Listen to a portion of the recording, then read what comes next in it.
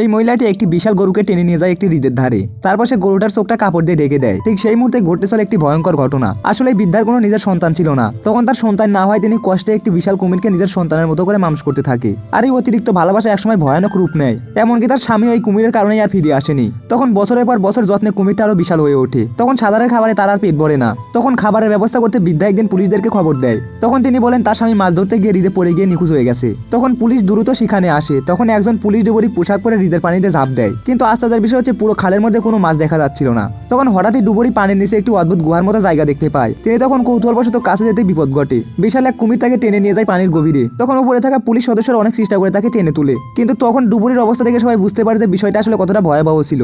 এরপরে পুলিশ সিদ্ধান্ত নেয় যে বিশাল কুমিরকে যে কোনোভাবে হোক ধরতেই হবে। তখন একটি হেলিকপ্টারের সাহায্যে বড় একটা গরু দিয়ে ফাঁদ পাতা হয়। তখন দীর্ঘ অপেক্ষার পর অবশেষে বিশাল আকৃতির কুমিরটা সামনে আসে। তখন পুলিশ সেটিকে অজ্ঞান করার চেষ্টা করে, কিন্তু কুমিরটা হঠাৎ আরো উত্তেজিত হয়ে ওঠে। আর কিছুক্ষণ পরে তখন ঔষধের প্রভাব কাজ করতে শুরু হয়। তখন শেষ পর্যন্ত কুমিরটি তখন নিস্তেজ হয়ে পড়ে এবং পুলিশ তখন সেটাকে নিয়ন্ত্রণে আনতে সক্ষম হয়। সবাই তখন মনে করেছিল যে ভয়ঙ্কর অধ্যায় হয়তো এখানেই শেষ, কিন্তু সত্যটা ছিল আরো ভয়ের। কিছুদিন পরে জানা যায় যে বৃদ্ধা আবারও গোপনে কুমির পালন করছে। আর এবার শুধু একটা নয়, একসাথে অনেক কুমির।